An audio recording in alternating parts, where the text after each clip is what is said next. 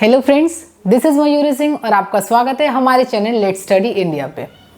तो आज के वीडियो लेक्चर में हम बात करेंगे प्रोडक्ट ऑफ थ्री वेक्टर्स के बारे में और आगे उसमें जानेंगे स्केलर ट्रिपल प्रोडक्ट क्या होता है उनके बारे में। तो शुरुआत करते हैं ये कि जब प्रोडक्ट किया जाए तीन वेक्टर्स का तो हमें क्वांटिटीज़ किस तरीके से मिलती हैं। तो देखा गया कि जब भी हमने प्रोडक्ट किया किनका, थ्री वेक्टर्स का, तो दो केसेस मिले। पहली केस मिली कि जब तीन वेक्टर्स को मल्टीप्लाई किया गया या उनका प्रोडक्ट किया गया तो रिजल्ट में हमें एक स्केलर क्वांटिटी मिलने लगी और इस क्वांटिटी को या इस सर्टेन प्रोडक्ट को एक नाम दे दिया गया, वो था स्केलर ट्रिपल प्रोडक्ट। एक तो केस ये हो गई। दूसरी केस क्या देखा गया कि जब तीन वेक्टर्स का प्रोडक्ट किया गया तो रिजल्ट में हमें एक वेक्टर क्वांटिटी मिलने लगी और उस सर्टेन प्रोडक्ट को क्या नाम दिया गया, वेक्टर ट्रिपल प्रोडक्ट। तो रिजल्ट में क्या मिली, वेक्टर क्वांटिटी। देन इस वेक्टर को क्या नाम दे दिया गया, वेक्टर ट्रिपल प्रोडक्ट। तो आज के वीडियो लेक्चर में हम इन्हीं स्केलर ट्रिपल प्रोडक्ट के बारे में डिस्कशन करने वाले हैं। तो शुरू करते हैं अपने टॉपिक से जिसका नाम है scalar triple product. Scalar triple product जिन्हें शॉर्ट फॉर्म में हम STP भी बोल सकते हैं, that is scalar triple product. क्यों उनका नाम स्केलर ट्रिपल प्रोडक्ट हुआ, सिंस तीन वेक्टर्स यूज कर रहे थे इसलिए ट्रिपल प्रोडक्ट एंड रिजल्ट में क्या मिल रहा था, एक स्केलर क्वांटिटी, इसलिए स्केलर ट्रिपल प्रोडक्ट। अब स्केलर प्रोडक्ट किस तरीके से डिफाइंड थे कि लेट वी आर हैविंग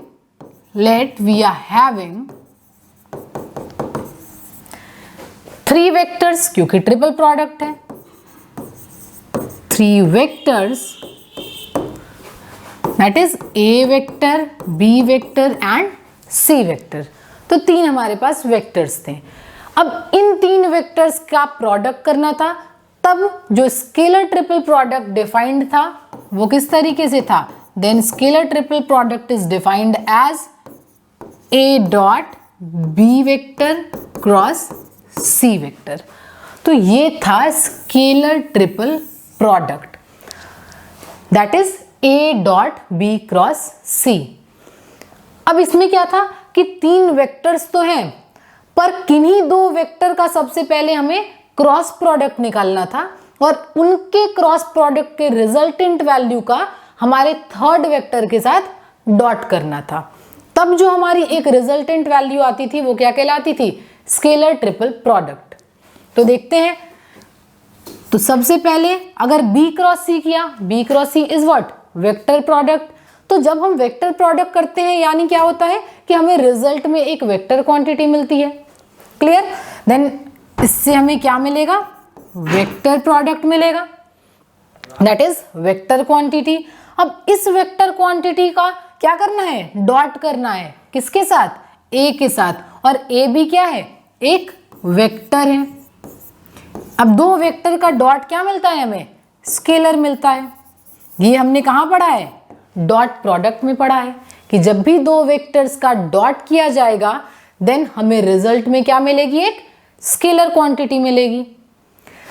तो इसलिए क्या मिला, यहाँ पे जब हमने क्रॉस किया तो एक वेक्टर मिला, देन हमारा तीसरे के साथ डॉट किया तो मिला क्या रिजल्ट में, एक स्केलर वैल्यू। तो ये किस तरीके से बोल दिया गया, स्केलर ट्रिपल प्रोडक्ट, ठीक है। अब एक क्वेश्चन ये भी हो सकता है कि ठीक है, जब इन्हीं तीनों वेक्टर्स के बीच में हम डॉट एंड क्रॉस से रिप्रेजेंट कर रहे हैं तो हम ये भी बोल सकते थे, ये भी बोल सकते थे, पर ये क्या होगा, एक मीनिंगलेस क्वांटिटी हो जाएगी, एक मीनिंगलेस क्वांटिटी हो जाएगी। कहाँ, in terms of this scalar triple product.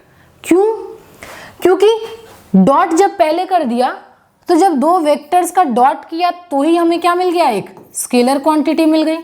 और जब भी एक स्केलर को वेक्टर से हम करते हैं मल्टीप्लाई तो रिजल्ट में हमें क्या मिलता है, वेक्टर ही मिलता है। पर हमें चाहिए क्या था, स्केलर चाहिए था, इसलिए क्या बोला गया कि ये वाली वैल्यू एक मीनिंगलेस क्वांटिटी होगी in terms of scalar triple product. ठीक है, तो ध्यान देने वाली बात ये होगी कि जब भी तीन वेक्टर्स का प्रोडक्ट कर रहे हैं तो सबसे पहले हम क्रॉस प्रोडक्ट करेंगे, देन उसके रिजल्टेंट को डॉट करेंगे।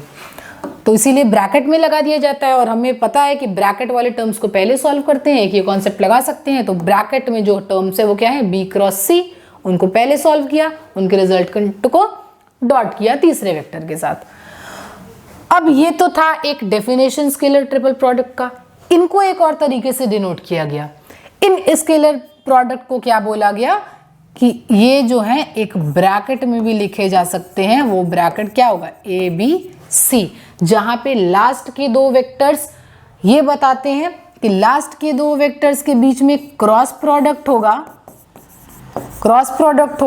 और इस क्रॉस प्रोडक्ट का जो रिजल्टेंट वैल्यू होगा उसका तीसरे के साथ क्या होगा, डॉट प्रोडक्ट होगा। ठीक है, तो ये एक इनको डिनोट करने का तरीका था, और ये जो था एक डेफिनेशन थी स्केलर ट्रिपल प्रोडक्ट की। तो आगे चलते हैं इन स्केलर ट्रिपल प्रोडक्ट के ज्योमेट्रिकल इंटरप्रिटेशन के लिए। तो ज्योमेट्रिकल इंटरप्रिटेशन देखते हैं स्केलर ट्रिपल प्रोडक्ट का।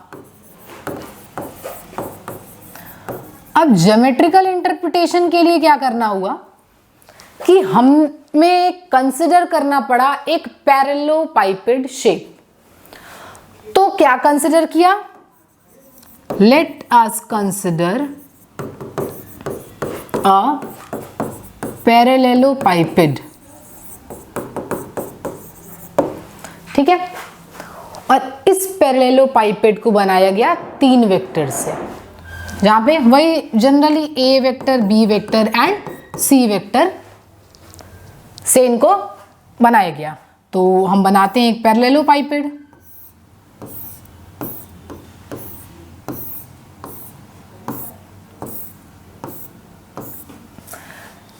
मान लेते हैं कि ये जो वेक्टर है ये एक वेक्टर है बेसिकली, और इसको नाम दे दिया ए वेक्टर, इसको नाम दे दिया बी वेक्टर, और इसको नाम दे दिया सी वेक्टर।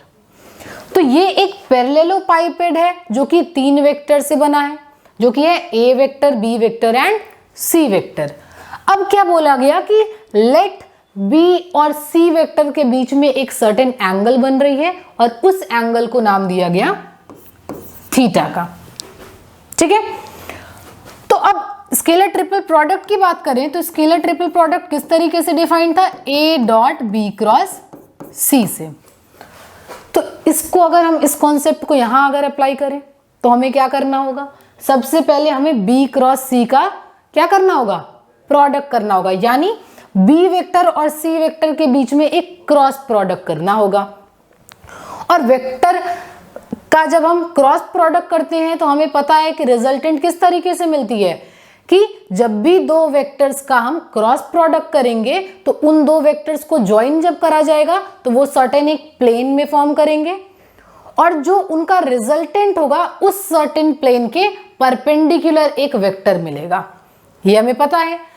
तो यहां भी हमें क्या करना है, दो वेक्टर्स का क्रॉस करना है।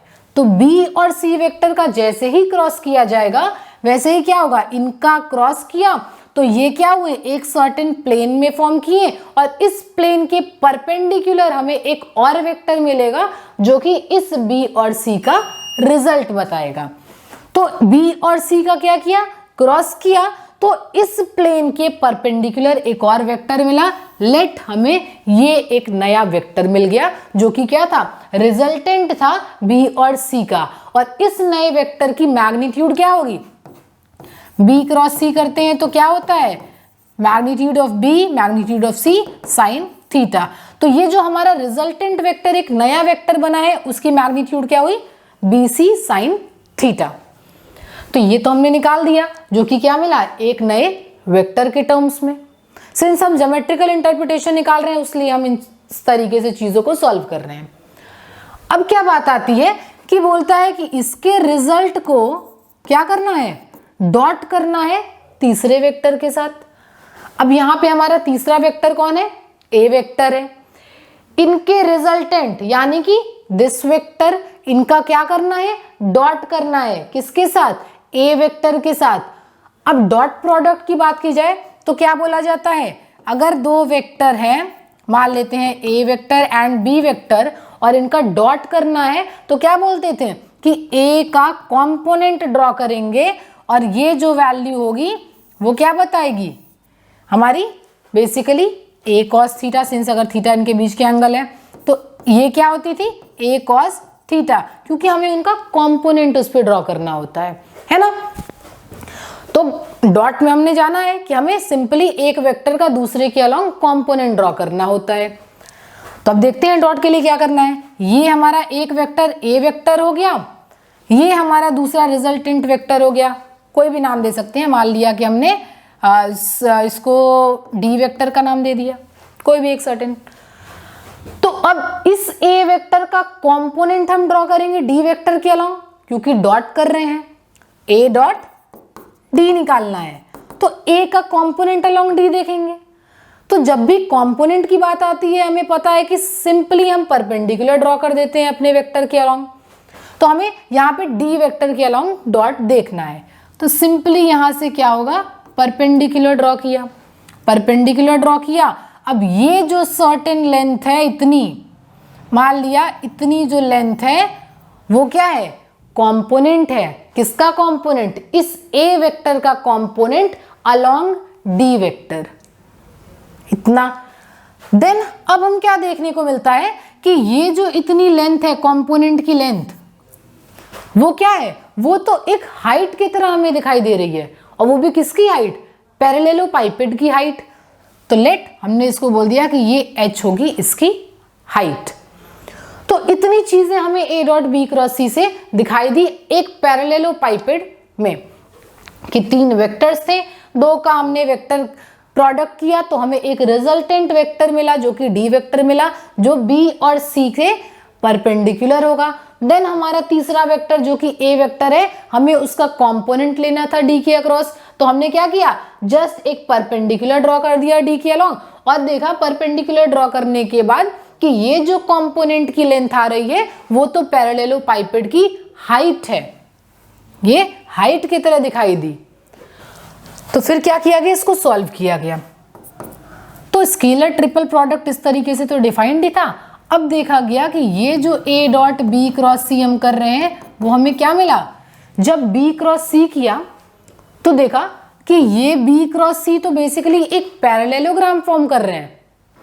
अगर बी और सी की बात की जाए तो ये क्या फॉर्म कर रहे हैं, एक पैरेलेलोग्राम फॉर्म कर रहे हैं, क्योंकि ये भी बी है तो ये भी बी होगा, ये सी वेक्टर है तो ये भी सी के बराबर होगा। क्यों, क्योंकि ये एक पैरेलेलोपाइपेड है।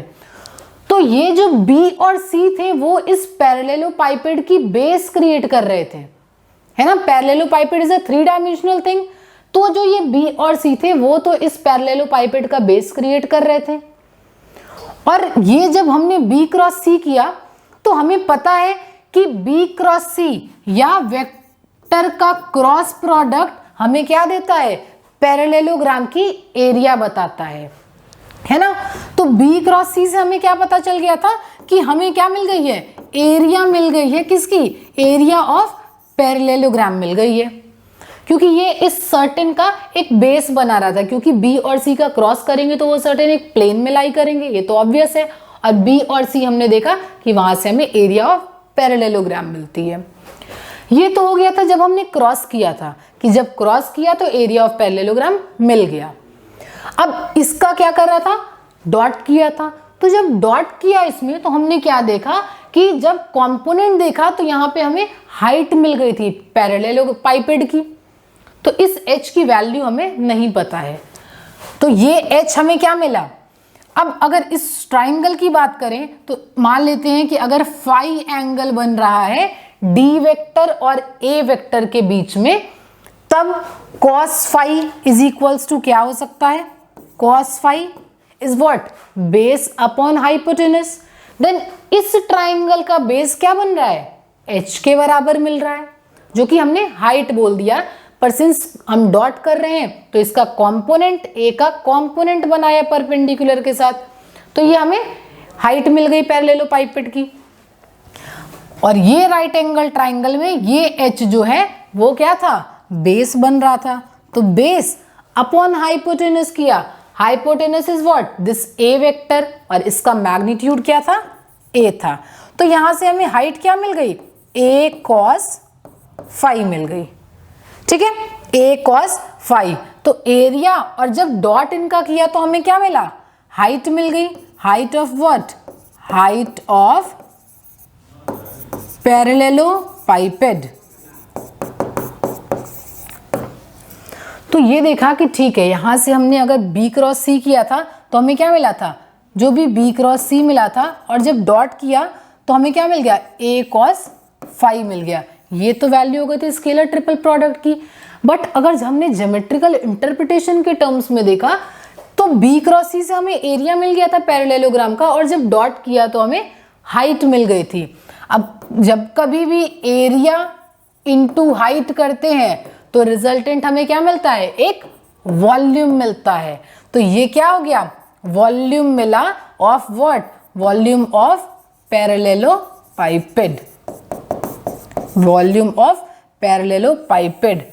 तो स्केलर ट्रिपल प्रोडक्ट हमें क्या देता है, स्केलर ट्रिपल प्रोडक्ट हमें देता है वॉल्यूम ऑफ पैरेलेलोपाइपेड। ये था इनका ज्योमेट्रिकल इंटरप्रिटेशन, ठीक है।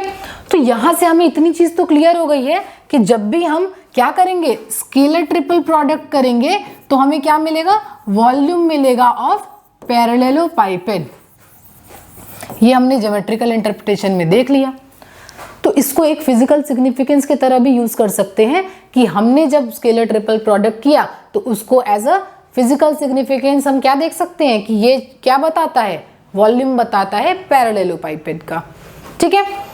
तो जब वॉल्यूम देखा गया तो वॉल्यूम किस तरीके से डिफाइंड हुआ, ए डॉट बी क्रॉस सी से, जहां B cross see basically area बताता है, और जब उसका रिजल्टेंट को डॉट करते हैं तो वो हाइट, देन कंप्लीट एक प्रोडक्ट क्या मिलता है हमें, वॉल्यूम के बराबर मिलता है, ठीक है।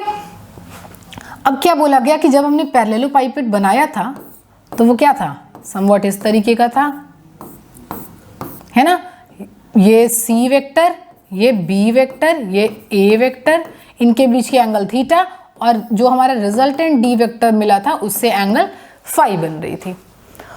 तो क्या बोला गया कि जब तक ये फाई, जब तक ये जो ए और डी के बीच में जो एंगल बन रहा है फाई, ये क्या होगा, 90 से कम होगा, ठीक है, 90 डिग्री एंगल से क्या होगा, कम होगा, तब हमें वॉल्यूम क्या मिलेगी, एक पॉजिटिव वॉल्यूम मिलेगी। क्यों, क्योंकि हमें पता है कि B क्रॉस C डॉट कर रहे हैं यानी कि A कॉस थीटा। तो जब तक, या फाई यहाँ पे हमने लिया है, तो जब तक ये फाई 90 से कम होगा तब तक, सिंस कॉस निकाल रहे हैं तो हमें एक पॉजिटिव वैल्यू मिलती रहेगी, तो जो वॉल्यूम है वो पॉजिटिव मिलता रहेगा।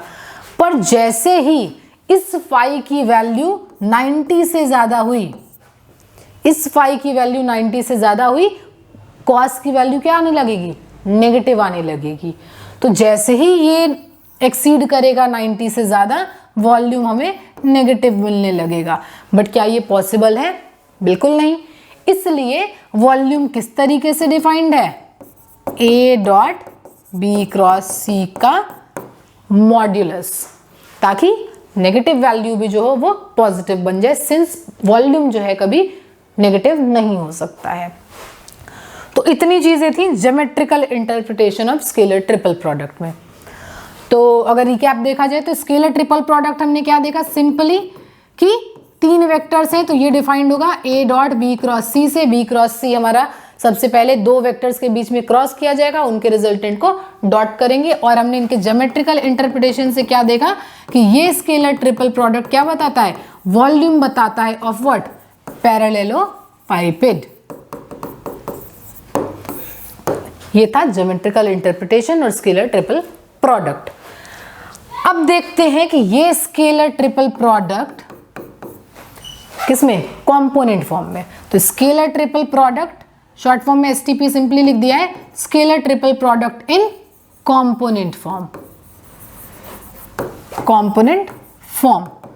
तो हमें पता है कि हमारे पास 3 वेक्टर्स हैं जो कि क्या है, A vector, B vector and C vector. तो इस ए वेक्टर को अगर हम कंपोनेंट फॉर्म में ब्रेक करें तो किस तरीके से लिख सकते हैं, ए एक्स आई कैप प्लस ए वाई जे कैप प्लस ए जेड के कैप। एंड बी वेक्टर को कैसे लिखेंगे, बी एक्स आई कैप प्लस बी वाई जे कैप प्लस बी जेड के कैप। देन सी वेक्टर को कैसे लिखेंगे, सी एक्स आई कैप प्लस सी वाई जे कैप प्लस सी Z के cap. ये हमारे 3 वेक्टर हमने कंपोनेंट फॉर्म में लिख दिए। अब स्केलर ट्रिपल प्रोडक्ट क्या था, ए डॉट बी क्रॉस सी, और सबसे पहले हमें क्या करना होता है, बी क्रॉस सी करना होता है। तो ठीक है, सबसे पहले हम बी क्रॉस सी कर लेते हैं। तो बी क्रॉस सी हमने देखा है कि जब भी वेक्टर प्रोडक्ट हम करते हैं, हमारे पास 2 वेक्टर्स होते हैं, तो हम उनको क्या लिख सकते हैं, एक डिटर्मिनेंट फॉर्म में लिख के सॉल्व कर सकते हैं। तो ठीक है, डिटर्मिनेंट फॉर्म में लिखा, कैसे लिखा, बी का एक्स आई के अक्रॉस क्या कंपोनेंट है, बी एक्स है, वाई के across component B Y and then B Z. इसी तरीके से सी वेक्टर की बात की जाए तो C X, C Y and C Z. तो ये हो गया। अब इनको फर्दर सॉल्व कर लेते हैं। क्या मिलेगा, B Y C Z minus what, B Z C Y, clear. Then minus of J cap what, B X C Z minus what, B Z C X. Then plus K cap what, B X C Y minus C X B Y. तो जब हमने 2 vectors का cross किया तो result हमें क्या मिला, in terms में मिला। अब इन क्रॉस का हमें क्या करना है, थर्ड वेक्टर के साथ डॉट करना है। तो अब क्या करेंगे, हम इस सर्टेन वेक्टर का डॉट करेंगे किसके साथ, ए के साथ। तो ए डॉट बी क्रॉस सी करना होगा। तो जब ए डॉट बी क्रॉस सी की बात आएगी तो हम क्या कर सकते हैं, ए डॉट बी क्रॉस सी की बात आएगी तो सिंपली हम क्या लिख सकते हैं, ए डॉट बी क्रॉस सी। ए को कंपोनेंट फॉर्म में लिख दिया जो कि क्या हो गया, ए एक्स आई प्लस ए वाई जे प्लस ए जेड के, और इनका क्या करना है, डॉट करना है इस पूरे कंप्लीट टर्म के साथ में। अब क्या करेंगे, हम देखते हैं कि डॉट प्रोडक्ट की कुछ प्रॉपर्टीज क्या थी। डॉट प्रोडक्ट की प्रॉपर्टीज ये थी कि सेम वेक्टर्स जब होंगे तभी रिजल्टेंट वैल्यू मिलेगी, अदरवाइज 0। तो क्या होता है, आई dot I, J dot J and के dot K is equals to क्या होते हैं, 1 के बराबर। और किसी भी वेक्टर्स का, किसी भी यूनिट वेक्टर का और किसी के साथ भी करेंगे तो रिजल्ट में हमें 0 मिलेगा। तो रिजल्टेंट वैल्यू अगर हम यहां से देखें तो हमें क्या मिलेगा, A dot B cross C का आई के साथ किया प्रोडक्ट, क्या मिला, A X and B Y C Z minus B Z C Y. Then Y का वाई के साथ होगा तो Y dot Y is 1। Result में क्या मिलेगा, यहां ए वाई, यहां माइनस था तो A Y B X C Z minus B Z C X. और फिर क्या मिलेगा, प्लस के डॉट के करेंगे तो K dot K is 1। Then A Z in bracket what, B X C Y minus C X B Y. तो ये मिल गया हमें एक रिजल्टेंट जब हमने A dot B cross C किया, जो कि क्या था, इतने के बराबर मिला। अब क्या बोला गया कि ठीक है, जब हम इनका प्रोडक्ट करेंगे तो रिजल्टेंट या एक लास्ट रिजल्टेंट वैल्यू हमें इस तरीके से मिल रही है, पर हम इनमें कुछ मॉडिफिकेशन कर सकते हैं। और वो मॉडिफिकेशन क्या की गई, तो वो मॉडिफिकेशन बोली गई कि A dot B cross C will be क्या, एक डिटर्मिनेंट बन जाएगा किसका, एक 3 क्रॉस 3 का डिटर्मिनेंट बन जाएगा अगर हमारे वेक्टर्स जो हैं कंपोनेंट फॉर्म में लिख दिए जाए। तो जब इनको सॉल्व किया जाएगा तो हमें जो लास्ट स्लाइड में जो लास्ट रिजल्टेंट वैल्यू मिली थी उनके बराबर मिल जाएगी, जो कि क्या होगी, A X minus of what, B Y C Z minus bzcy and minus of ay what bxcz minus bzcx plus az what bxcy and bycx। तो ये जो वैल्यू है वो हमारी इसकी रिजल्टेंट वैल्यू, तो देन इसको ही मॉडिफाई करके हमने क्या बोल दिया कि इस कंपोनेंट को हम मॉडिफाई करके किस में लिख सकते हैं, एक डिटर्मिनेंट फॉर्म में। तो जब भी हमारे वेक्टर्स कंपोनेंट फॉर्म में दिए रहेंगे हम सिंपली क्या कर सकते हैं, उनका एक डिटर्मिनेंट बना सकते हैं और इजीली क्या कर सकते हैं, चीजों को सॉल्व कर सकते हैं। नेक्स्ट चलते हैं इनकी प्रॉपर्टीज के तरफ। Properties of scalar triple product. तो इनकी प्रॉपर्टीज की बात की जाए तो इनकी पहली प्रॉपर्टी ये देखी गई कि अगर डॉट और क्रॉस को इंटरचेंज कर दिया जाए, तीन ही वेक्टर्स का प्रोडक्ट कर रहे हैं पर डॉट और क्रॉस की प्लेस को इंटरचेंज कर दिया जाए, फिर भी जो रिजल्टेंट वैल्यू हमें स्केलर ट्रिपल प्रोडक्ट की मिल रही होगी उसमें कोई सी भी तरीके के चेंजेस नहीं आएंगे। तो if position of dot and cross are changed और what interchanged then value of scalar triple product is unchanged। इसका मतलब क्या हो गया कि हम इस तरीके से अभी स्केलर ट्रिपल प्रोडक्ट को किस तरीके से डिफाइन कर रहे थे, a dot B cross C से। तो क्या बोल रहा है कि यही तीन वेक्टर्स होंगे, ए बी सी ही हमारे वेक्टर्स होंगे, पर अगर हम क्रॉस और डॉट को इंटरचेंज कर दें, that is A B C यही हमारे तीन वेक्टर हैं। अब अगर क्रॉस यहां था तो क्रॉस को इंटरचेंज करके यहां कर दिया, डॉट यहां था डॉट को यहां कर दिया, तब भी रिजल्टेंट सेम आएगा। वो किस कंडीशन में आएगा, जब पहले हम क्रॉस करेंगे फिर डॉट करेंगे।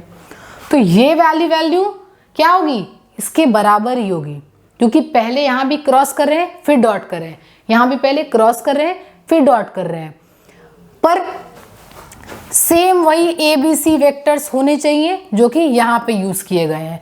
तब जो है अगर हम डॉट और क्रॉस की प्लेस को इंटरचेंज भी कर देते हैं फिर भी हमारे रिजल्टेंट वैल्यू में किसी भी तरीके के चेंजेस नहीं आते हैं। ये थी इनकी पहली प्रॉपर्टी।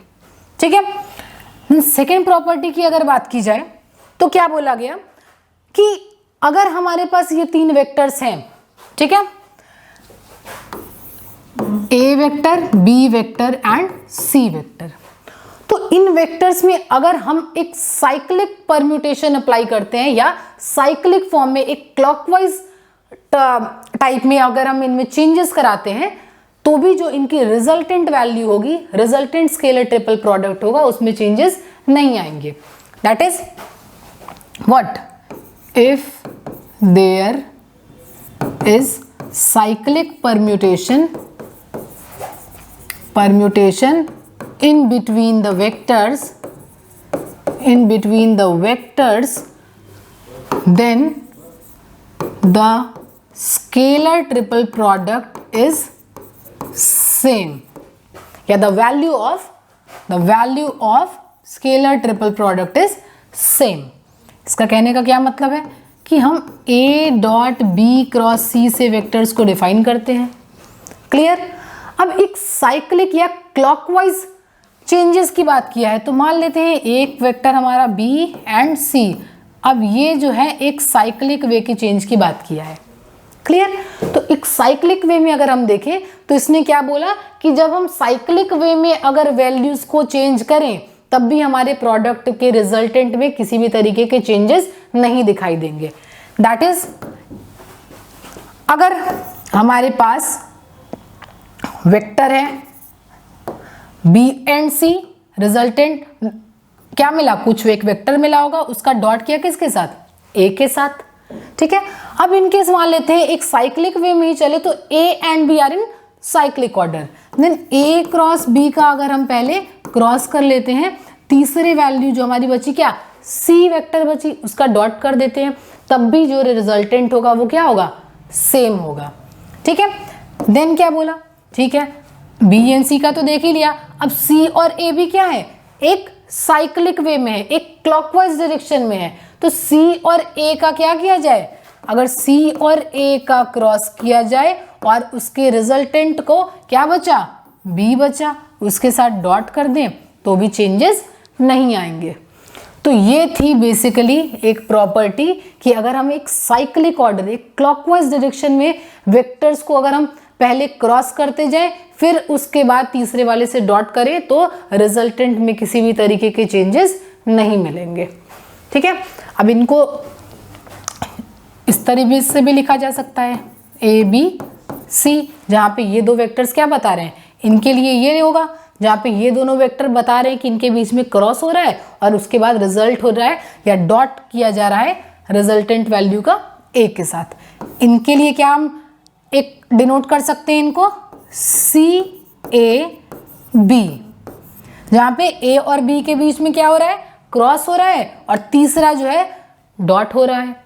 तो जिस भी के साथ क्रॉस हो रहा होगा एक उसी ऑर्डर में हम क्या करेंगे, लिखते जाएंगे वेक्टर्स को। इनके लिए क्या सिंपली लिख सकते हैं इसी तरीके से बी सी एंड ए, बस एक ऑर्डर में वेक्टर्स को अगर हम लिख देंगे तो वो भी बेसिकली डिनोट करेंगे स्केलर ट्रिपल प्रोडक्ट को। तो या हम इसको लिखें या इसको लिखें, बात एक ही होगी। अब इनकी नेक्स्ट प्रॉपर्टी देखते हैं। तो इसके बाद नेक्स्ट प्रॉपर्टी क्या थी, यहाँ पे तो हमने बोला कि एक साइक्लिक अगर चेंज करते हैं या क्लॉकवाइज चेंजेस लाते हैं हम वेक्टर्स के बीच में तो रिजल्टेंट वैल्यू हमारी सेम आएगी। फिर क्या बोला गया कि इनके साइक्लिक ना करके हम एक एंटी साइक्लिक परम्यूटेशन अप्लाई करते हैं वेक्टर्स के ऊपर। ठीक है, वेक्टर्स के ऊपर एक एंटी साइक्लिक परम्यूटेशन अगर अप्लाई करें तो वैल्यू में चेंजेस आ जाएंगे। और वो चेंज क्या होगा कि स्केलर ट्रिपल प्रोडक्ट की वैल्यू क्या चेंज होगी कि एक नेगेटिव साइन आ जाएगा, नेगेटिव साइन आ जाएगा, पर मैग्नीट्यूड जो है फिर भी क्या होगा, सेम होगा। ठीक है, तो क्या बोला गया, यहां पे देख लिया कि एक साइक्लिक वे में कर रहे थे तो रिजल्टेंट सेम आ रहे थे। फिर क्या बोला गया कि अगर एक एंटी साइक्लिक परम्यूटेशन हम अप्लाई करें, एंटी साइक्लिक परम्यूटेशन अगर अप्लाई करें is applied on vectors then scalar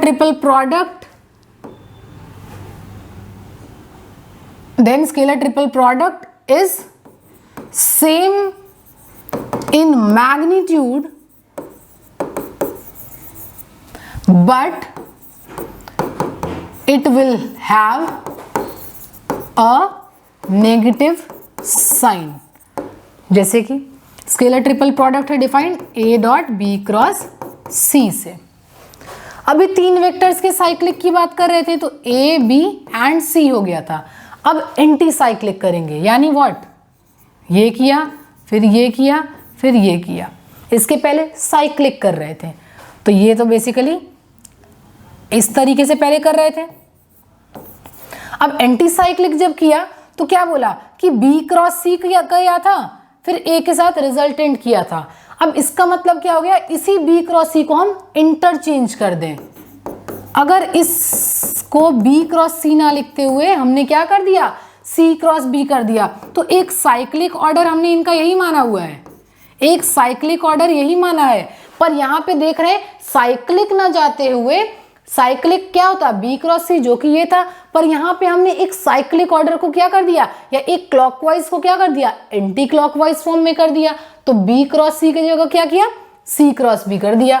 तो यही जैसे ही सी क्रॉस बी किया हमारे मैग्नीट्यूड तो दोनों सेम आएंगे दोनों कंडीशन में, पर जैसे ही एंटी साइक्लिक किया हमारे पास एक माइनस साइन भी आ गया। इसी तरीके से और क्या लिख सकते हैं कि बी क्रॉस सी था, ए के साथ किया तो हम इसको सी क्रॉस बी लिख दिए तो माइनस ऑफ दिस मिला। अब क्या बोल सकते हैं, सी क्रॉस ए करते हैं उसका रिजल्टेंट बी के साथ डॉट करते हैं, तो सी क्रॉस ए के जगह हम क्या लिख दिए, ए क्रॉस सी लिख दिए, और इसको बी के साथ डॉट किया तो भी एक माइनस साइन आ जाएगा क्योंकि साइक्लिक में सी एंड ए मिल रहा है, पर हमने एंटी साइक्लिक कर दिया। और क्या लिख सकते हैं, माइनस सी डॉट क्या हो जाएगा यहाँ पे, ए बी, तो हम क्या लिख सकते हैं, बी क्रॉस ए लिख सकते हैं, तो ये भी एक माइनस मिलेगा। तो ये क्या हुआ कि जब जब हमने देखा कि हमने एक साइक्लिक की जगह एक एंटी साइक्लिक वे में वेक्टर्स को लिख दिया है, तो उनके रिजल्टेंट वैल्यू में एक एक नेगेटिव साइन के साथ हमें मिली है। तो इसका जो भी मैग्नीट्यूड होगा इन सब का माइनस ऑफ दैट मैग्नीट्यूड के बराबर होगा।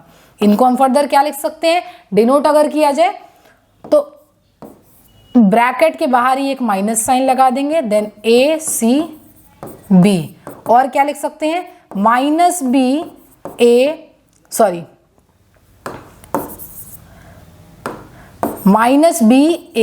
सी, और क्या लिख सकते हैं, माइनस सी बी ए। तो ये थी इनकी एक प्रॉपर्टी कि जब जब साइक्लिक वे में करेंगे तो वैल्यू सेम होगी, अगर एंटी साइक्लिक में किया तो क्या होगी, एक नेगेटिव साइन के साथ हमें मैग्नीट्यूड्स मिलने लगी। देन नेक्स्ट प्रॉपर्टी अगर हम इनकी देखें कि जो स्केलर ट्रिपल प्रोडक्ट हम कर रहे हैं, scalar triple product in terms of unit vectors of what, unit vectors of Cartesian coordinate system, Cartesian coordinate system. अब ये क्या था कि हमको पता है हम ए डॉट बी क्रॉस सी से डिफाइन करते हैं। अब यूनिट वेक्टर्स की बात हुई तो हमारे पास 3 यूनिट वेक्टर्स होते हैं, हमें सबको पता है आई जे के, जो कि X Y and Z axes के अलॉन्ग डिफाइंड है। अब इनका अगर हमें स्केलर ट्रिपल प्रोडक्ट निकालना है तो क्या करना होगा, in case we are having I dot J cross K, ठीक है। तो यहां क्या करेंगे, अब क्रॉस की बात की जाए तो आई जे के, इसमें भी एक साइक्लिक फॉर्म में चलता है, तो जे क्रॉस के व्हाट, आंसर क्या मिलता है, आई के बराबर मिलता है। तो इनकी रिजल्टेंट वैल्यू क्या होती है, J cross K resultant I, then I dot I is what, 1 के बराबर। तो जो स्केलर ट्रिपल प्रोडक्ट इन वेक्टर का आता है यूनिट वेक्टर्स का, बेसिकली वो किसके बराबर होता है, 1 के बराबर। या हम और क्या लिख सकते हैं, अगर जे डॉट किया तो के क्रॉस आई, अब के क्रॉस आई का रिजल्टेंट वैल्यू इज व्हाट, जे, तो जे डॉट जे किया तो क्या मिला, 1 मिला। फिर क्या देख सकते हैं, के किया तो इधर क्या मिला, आई क्रॉस जे, आई क्रॉस जे किया तो क्या मिला, के मिला। अब के डॉट के हमको पता है किसके बराबर होता है, 1 के बराबर।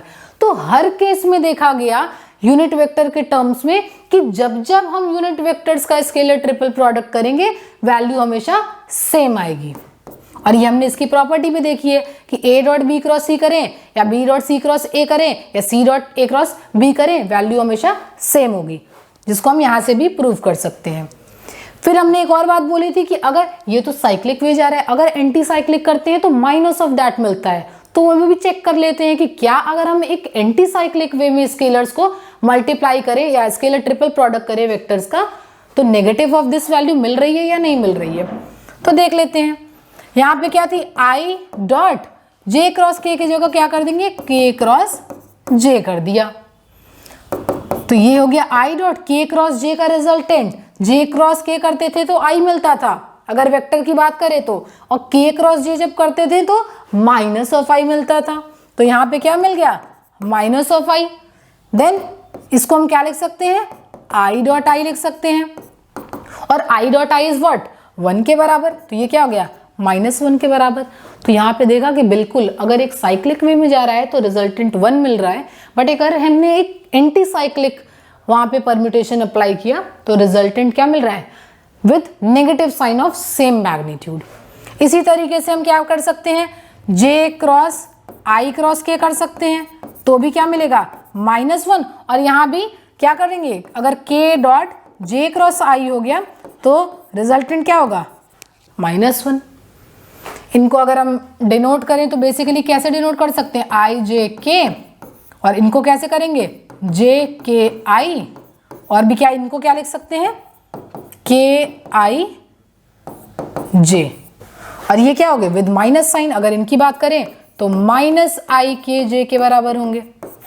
इनकी बात करें तो क्या होगा माइनस जे आई के बराबर होगा। एंड अगर इनकी बात की जाए तो माइनस के जे आई के बराबर होगा। तो ये थी यूनिट वेक्टर के टर्म्स में scalar triple product. Next property देखते हैं कि अगर हमारे पास दो इक्वल वेक्टर्स दिए हुए हैं और उन इक्वल वेक्टर्स को तीन में से दो इक्वल वेक्टर्स हैं, तब अगर हम स्केलर ट्रिपल प्रोडक्ट निकालते हैं तो हमें रिजल्टेंट क्या मिलता है। तो एक मान लेते हैं कि ए वेक्टर है, एक बी वेक्टर है, एक सी वेक्टर है। तो हम निकाल के आ रहे हैं scalar triple product for equal vectors. ठीक है, तो मान लिया कि ये जो बी वेक्टर है वो क्या होगा ए वेक्टर के बराबर है, यानी हमें वैल्यू क्या निकालनी है ए डॉट ए क्रॉस सी। ठीक है, जब ए डॉट बी क्रॉस सी देखा था तो हमने देखा कि उसको हम कंपोनेंट्स को डिटर्मिनेंट फॉर्म में लिख सकते हैं। तो सेम अगर यहाँ पे डिटर्मिनेंट फॉर्म में लिखा जाए तो हम क्या लिख देंगे A X A Y A Z, then फिर से A X A Y A Z, and then फिर से C X C Y C Z. और हमें डिटर्मिनेंट की एक प्रॉपर्टी पता है कि जब भी दो रोज सेम हो जाएंगे तो हमारे डिटर्मिनेंट की वैल्यू क्या होती है 0 के बराबर होती है। तो यहाँ पे हम यही देखेंगे कि हमारे दो रोज सेम हो गए हैं। ठीक है, तो इसलिए इस डिटर्मिनेंट की वैल्यू क्या हो जाएगी 0 के बराबर हो जाएगी। तो रिजल्ट में क्या मिला कि जब भी दो वेक्टर्स, दो इक्वल वेक्टर्स का अगर स्केलर ट्रिपल प्रोडक्ट किया जाए तो रिजल्टेंट क्या मिलता है 0 के बराबर मिलता है। ये थी एक प्रॉपर्टी। नेक्स्ट प्रॉपर्टी देखते हैं कि बोला गया कि अगर मान लीजिए कि आपके पास कोलिनियर वेक्टर्स हैं, इस टर्म में स्केलर ट्रिपल प्रोडक्ट क्या हो सकता है। तो scalar triple product for collinear vectors, collinear vectors. तो जैसे ही कोलिनियर की बात आती है मतलब कि क्या हो गया कि एक वेक्टर और जो दूसरा वेक्टर है वो क्या होगा विद कुछ स्केलर क्वांटिटी या कुछ टाइम्स ऑफ फर्स्ट वाले वेक्टर के। या सिंपल सी बात कोलिनियर के लिए क्या बोली जाती है कि अगर दो वेक्टर्स के बीच में एंगल 0 डिग्री हो या 180 डिग्री हो, देन उन दो वेक्टर्स को क्या बोलते हैं कोलिनियर वेक्टर्स बोलते हैं। और ये क्या होते हैं, अगर ये ए वेक्टर है और अगर कोई वेक्टर हमारा के ए वेक्टर है, जहां पे के क्या है कोई एक स्केलर क्वांटिटी है, कोई भी स्केलर नंबर, कोई भी रियल नंबर। मान लेते हैं कि एक ए है, एक 3 ऑफ ए है, तो ये क्या कहलाएंगे कोलिनियर कहलाएंगे। एक ए है, एक 7 ए है, क्या कहलाएंगे कोलिनियर कहलाएंगे। तो कुछ certain times of that A is known as, या वो बेसिकली ये शो करते हैं कि दे आर कोलिनियर, क्योंकि उनके बीच की कोई एंगल नहीं होती है। भले मैग्नीट्यूड में ज्यादा हो, इन दो वेक्टर्स के बीच का एंगल क्या होगा 0 डिग्री बन रहा होगा।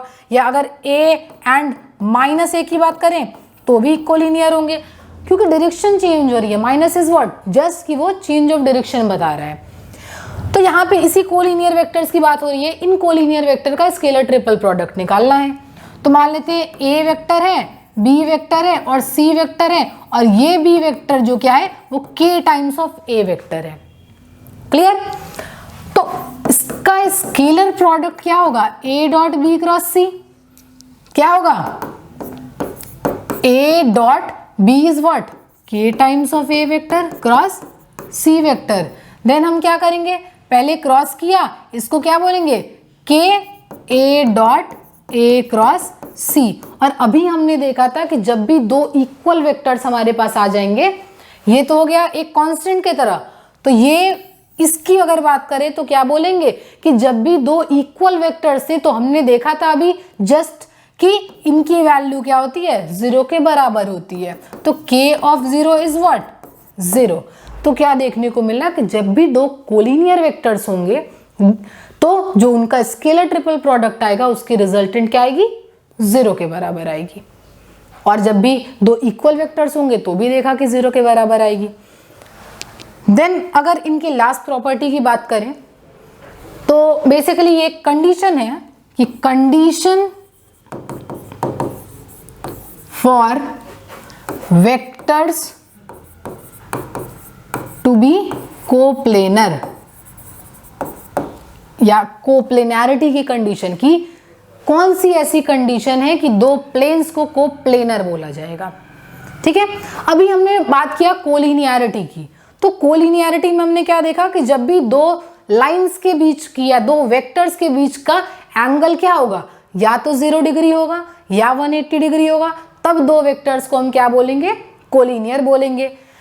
तो सेम उसी तरीके से कोप्लेनर भी होता है कि जब दो प्लेन्स के बीच की एंगल या तो 0 डिग्री हो या 180 डिग्री हो, तब दो प्लेन्स क्या कहलाएंगे, कोप्लेनर कहलाएंगे। ठीक है, या वो पैरेलल हो या एंटी पैरेलल, उनके बीच की एंगल या तो 0 हो या वो 180 डिग्री हो, बेसिकली पैरेलल दो प्लेन्स। क्यों प्लेन्स की यहाँ पे बात कर रहा है, क्योंकि हम यहाँ पे क्रॉस प्रोडक्ट निकाल रहे हैं, और क्रॉस यानी कि दो वेक्टर्स को ज्वाइन किया जाएगा तो वो सर्टेन एक प्लेन फॉर्म करेंगे, इसलिए यहाँ पे कोप्लेनैरिटी की बात की जाती है। और कोप्लेनैरिटी की कंडीशन क्या होती है, A dot B cross C is equals to 0, ये है कोप्लेनैरिटी की कंडीशन। अब ये 0 के बराबर क्यों आया, क्योंकि हमने क्या बोला, B क्रॉस C हमें पता है कि BC साइन थीटा के बराबर आता है, और अगर कोप्लेनर की बात कर रहे हैं तो एंगल क्या होगा, या तो 0 होगा या 180 होगा। तो जैसे ही यहाँ पे थीटा की वैल्यू पुट करेंगे वैसे ही ये कंप्लीट क्या हो जाएगा, 0 के बराबर, और जैसे ही ये 0 आ गया उसका डॉट करेंगे तो रिजल्टेंट वैल्यू हमें 0 मिल जाएगी। तो ये थी, इसलिए बोला गया कि ये होगी क्या, एक कोप्लेनैरिटी की कंडीशन, क्योंकि B और C के बीच में कोई एंगल ही नहीं है। जब वो एंगल ही नहीं बना तो वो एक प्लेन ही नहीं फॉर्म कर रहे हैं, तो जब प्लेन ही नहीं फॉर्म करेंगे तो उनके परपेंडिकुलर एक और वेक्टर कहाँ मिलेगा, और जब वो वेक्टर नहीं मिलेगा तो हम तीसरे के साथ उनका डॉट नहीं कर सकते हैं। ठीक है, तो इसलिए क्या मिला, 0 मिला इनकी कोप्लेनैरिटी की कंडीशन, कि जब भी अगर ये सर्टेन कंडीशन सेटिस्फाई हो रही होगी यानी वहां पे हमें सर्टेन पैरेलल प्लेन्स मिल रहे हैं। तो आज की वीडियो के लिए इतना ही, मिलते हैं अपने अगले वीडियो में स्केलर ट्रिपल प्रोडक्ट के कुछ फिजिकल सिग्निफिकेंस के साथ और उनसे रिलेटेड कुछ प्रॉब्लम्स के साथ। Thank you so much.